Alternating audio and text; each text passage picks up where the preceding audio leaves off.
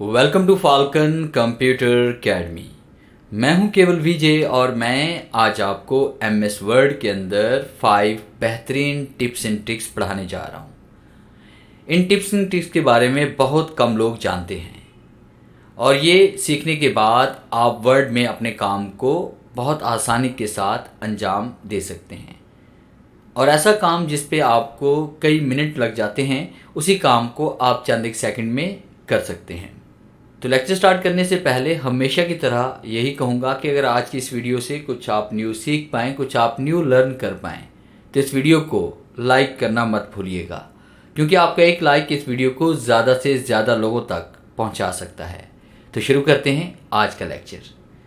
सबसे पहले हम बात करेंगे इसमें insert title with auto text.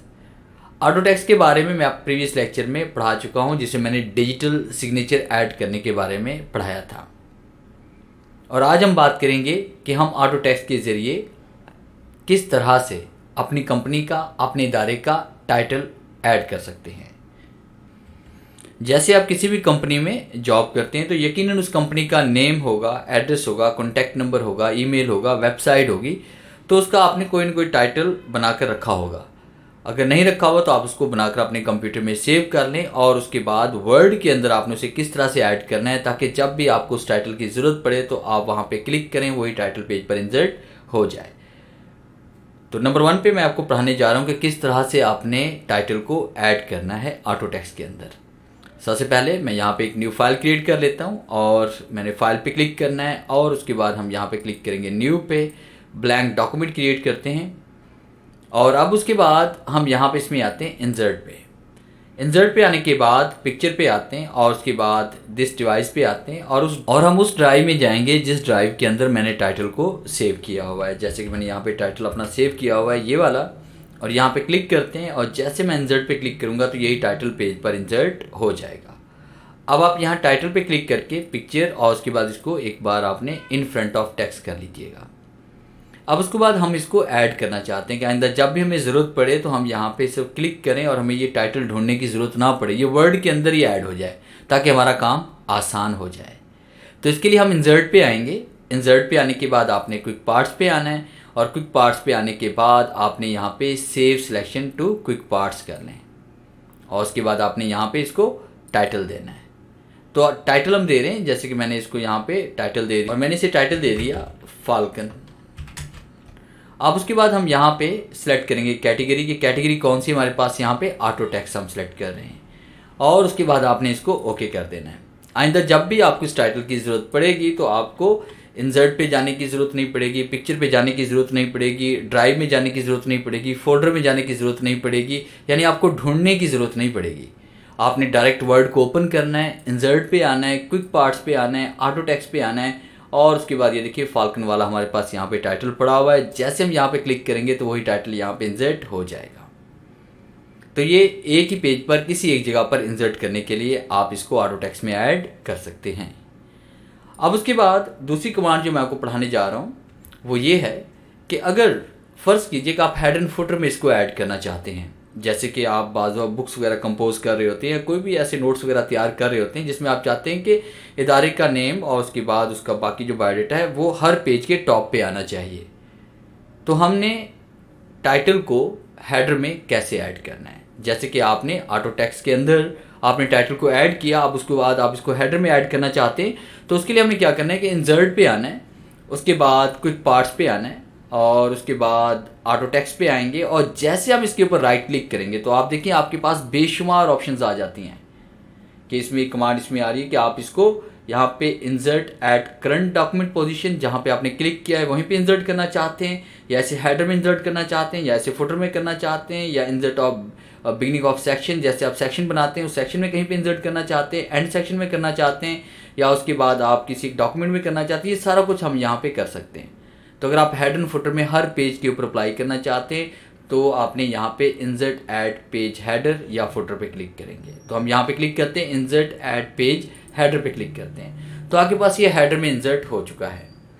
अब उसके बाद जैसे हम यहाँ पे क्लिक करके नीचे की तरफ आते हैं और मैंने यहाँ पे डाटा लिख दिया, फर्स्ट के रैंड ब्रैकेट शुरू ब्रैकेट क्लोज, एंटर करते हैं तो ये देखिए डाटा मेरे पास यहाँ पेज पर लिखा गया। जैसे मैं एंटर प्रेस करते हुए नीचे की तरफ जा रहा हूँ तो ये देखिए दूसरे पेज पर भी हेडिंग आ रही है, तीसरे पर भी आ रही है, चौथे पर भी आ रही है, पांचवें पर भी आ रही है। अब आप जितने भी पेज बनाएंगे तो आपके पेज के टॉप के हेडर में आपका वो टाइटल जो आपने ऑटो टेक्स्ट में ऐड किया था वो हर पेज पर प्रिंट हो जाएगा। तो है ना ये कमाल की कमांड आपके काम को आसान करने के लिए। अब देखिए मैं इसका जूम आउट कर रहा हूँ तो हर पेज पर आपको ये प्रिंट होता नजर आएगा। तो आप इस तरह से यहाँ पे हर पेज के हेडर पे भी अप्लाई कर सकते हैं और फुटर पर भी अप्लाई कर सकते हैं। तो ऑटो टेक्स्ट के ज़रिए भी आप इसको इंसर्ट कर सकते हैं। और अगर आप कहते हैं कि ऑटो टेक्स्ट की बजाय हम और भी इसको आसान तरीके से पेज पर इंसर्ट करना चाहते हैं तो इसके लिए हमने क्या करना है कि यहाँ पे ऑटो टेक्स्ट पे आएंगे और इसके बाद इस पर राइट क्लिक करेंगे और आपने यहाँ पे क्लिक करना है add gallery to quick part quick access toolbar. जैसे हम यहाँ पे क्लिक करेंगे तो ये आपके पास यहाँ पे इंसर्ट हो जाएगा। अब जैसे हम यहाँ पे क्लिक करते हैं और उसके बाद इसी का क्लिक करेंगे तो देखिए आपके पास यहाँ पे ये शो हो रहा है और यहाँ पे क्लिक करेंगे ये पेज पर इंसर्ट हो जाएगा। तो इस तरह से भी हम पेज पर इंसर्ट कर सकते हैं। ये देखिए जैसे हमने क्लिक किया ये शो हो जाएगा। तो ये टिप नंबर 1 थी जिसके अंदर मैंने आपको पढ़ाया कि किस तरह से आपने टाइटल को ऐड करना है, पेज पर इंसर्ट करना है, हेडर में किस तरह से लेके जाना है, क्विक एक्सेस टूल बार के अंदर किस तरह से आपने इसको ऐड करना है। टिप नंबर 2 में हम पढ़ने जा रहे हैं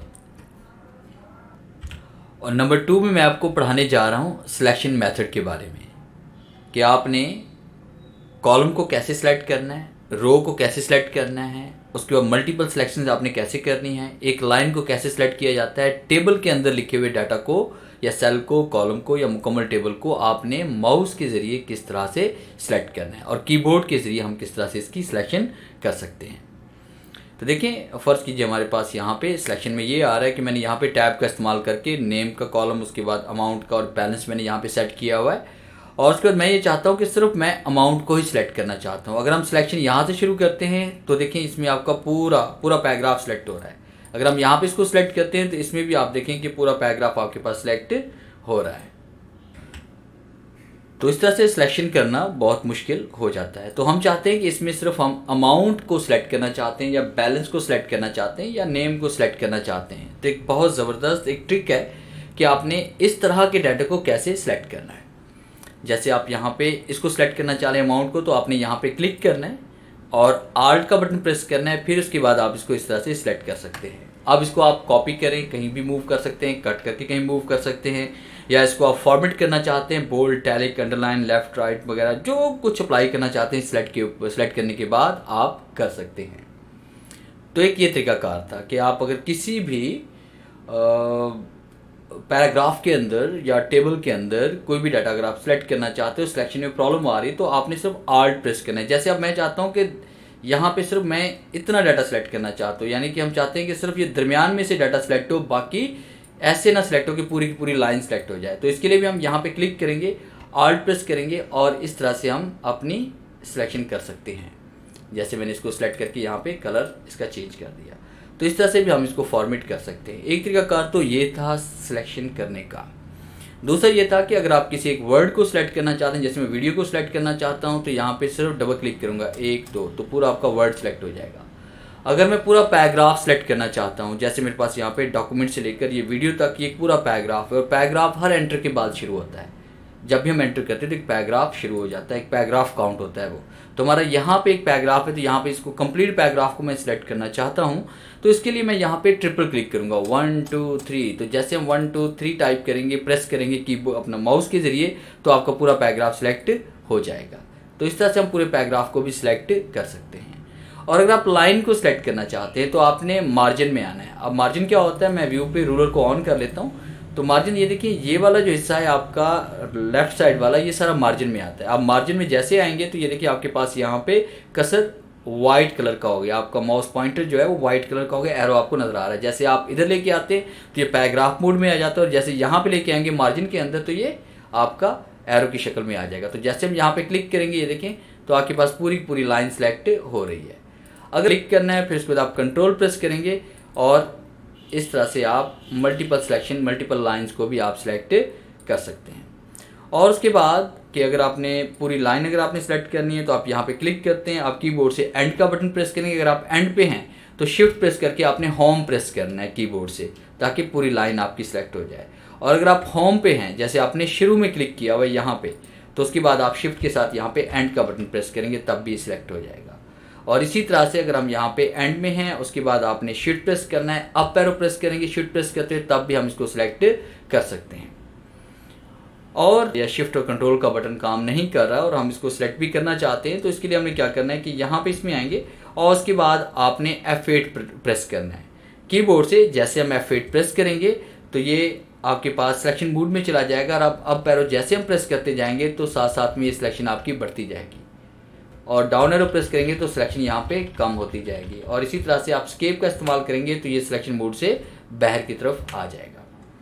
फिर इसके बाद टेबल के अंदर हम आते हैं कि हम टेबल को यहाँ पे सिलेक्ट करना चाहते हैं। अगर हम पूरे कॉलम को सिलेक्ट करना चाहते हैं तो आपने टेबल के ऊपर जाना है, कॉलम के ऊपर ये ब्लैक एरो आपको नजर आ रहा है, जैसे हम क्लिक करेंगे तो ये पूरा कॉलम सिलेक्ट हो जाएगा। अगर हम साइड पे क्लिक करते हैं, जैसे व्हाइट एरो नजर आ रहा है, तो आपकी पूरी रो सिलेक्ट हो जाएगी। अगर हम लाइन के साथ क्लिक करते हैं जहाँ ब्लैक एरो आ रहा है, तो ये आपका सेल सिलेक्ट हो जाएगा। अगर हम इस कॉर्नर पे क्लिक करते हैं तो मुकम्मल टेबल आपका सिलेक्ट हो जाएगा। तो ये सिलेक्ट करने के कुछ मेथड थे, कुछ टिप्स थी जो आपके साथ मैंने शेयर की। उम्मीद है आपको इसमें बहुत सी टिप्स का पता नहीं होगा, और इन्हीं पे अमल करके, इन्हीं की प्रैक्टिस करके आप अपने काम को और आसान कर सकते हैं। और ये नंबर 2 पे था। और नंबर 3 पे मैं जो आपको पढ़ाने जा रहा हूँ, डिफ़ॉल्ट सेटिंग इन MS वर्ड। और इसमें हम बात करेंगे पेज सेटअप के बारे में, मार्जिन के बारे में, ओरिएंटेशन के बारे में, सेव एज डिफ़ॉल्ट सेटिंग के बारे में बात करते हैं।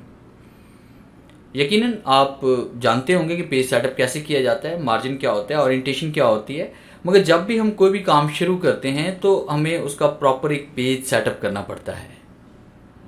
जैसे कि जब हम एप्लीकेशन, लेटर वगैरह हम टाइप करते हैं तो हमें A4 साइज़ हमें लेना पड़ता है, मार्जिन हमें नॉर्मल रखना पड़ता है, ओरिएंटेशन हमें पोर्ट्रेट या लैंडस्केप में सिलेक्ट करनी पड़ती है, और हर मर्तबा हमें यही अमल बार बार दोहराना पड़ता है।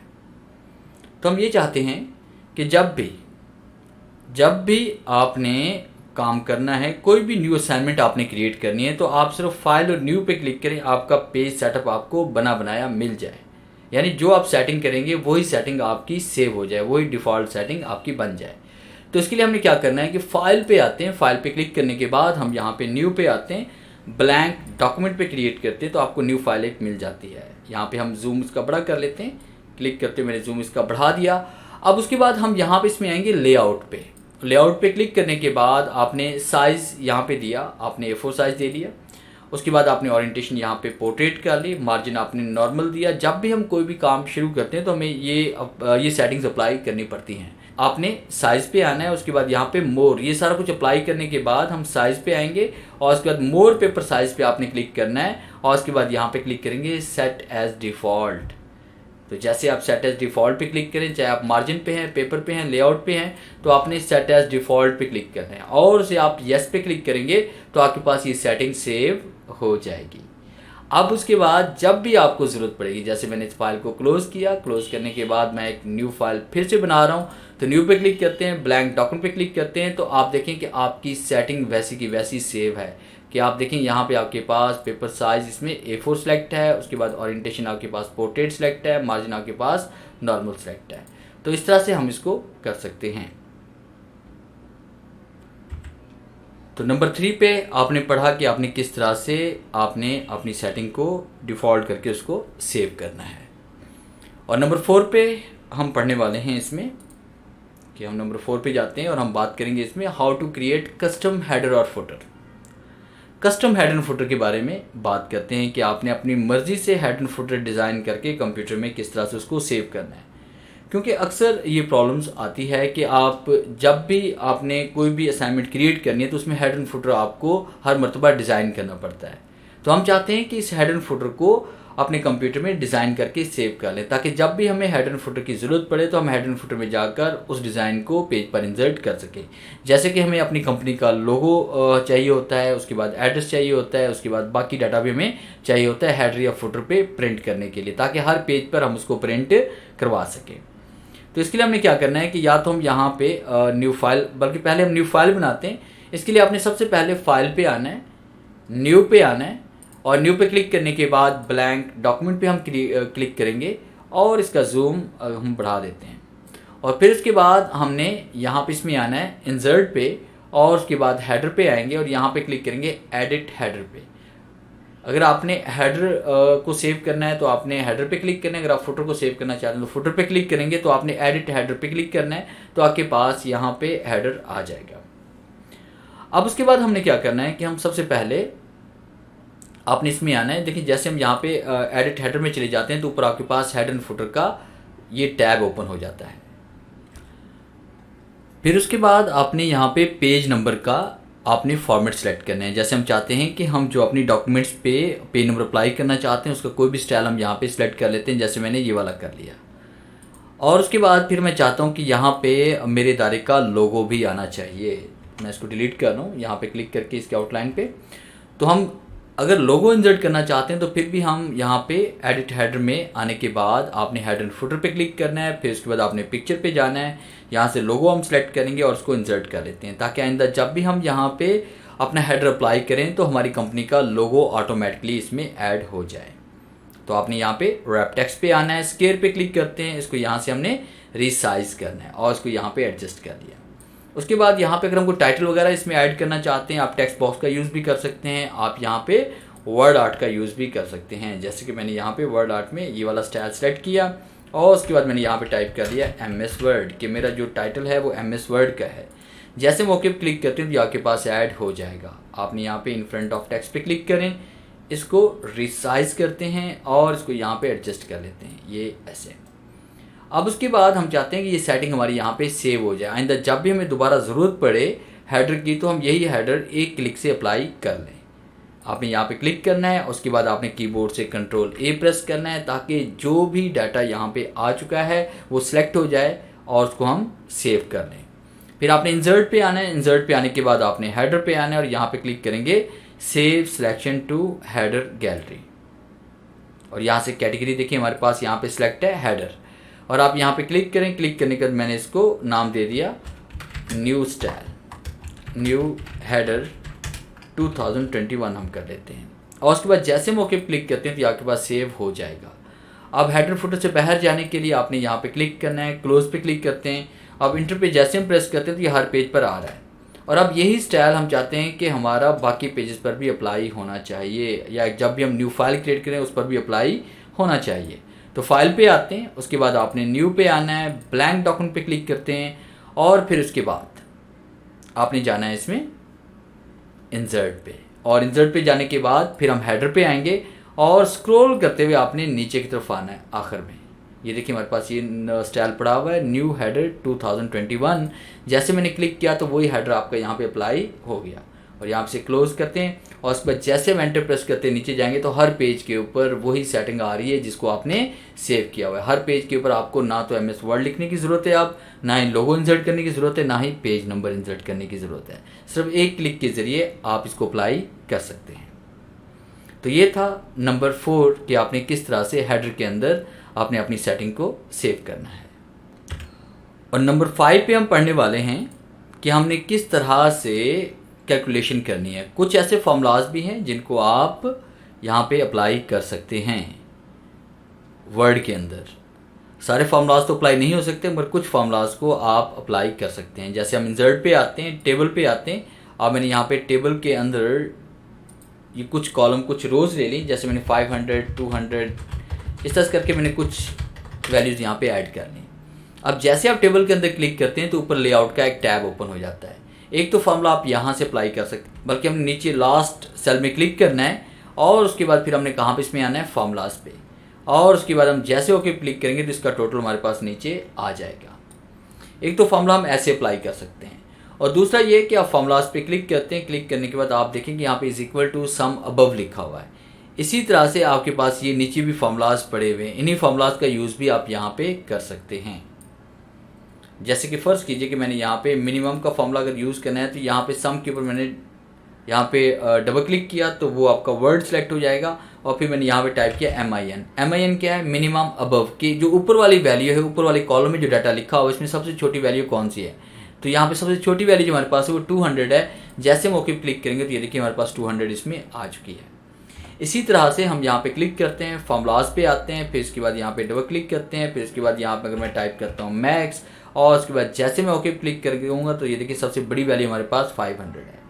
अगर हम यहाँ पे एवरेज मालूम करना चाहते हैं तो उसके लिए हमने यहाँ पे फॉर्मूलाज पे आना है, फिर उसके बाद यहाँ पे क्लिक करते हैं और हम यहाँ पे टाइप करते हैं एवरेज अबव, कि हम ऊपर वाली वैल्यूज़ की एवरेज मालूम करना चाहते हैं। तो इस तरह से आप इसकी एवरेज भी मालूम कर सकते हैं। अब ये जो फार्मूलाज हमारे पास थे ये आप सिर्फ टेबल के अंदर इंसर्ट कर सकते हैं, और कुछ फार्मूलाज ऐसे भी हैं जो हम ऑपरेटर के थ्रू अप्लाई करते हैं, उनको आप बगैर टेबल के भी अप्लाई कर सकते हैं।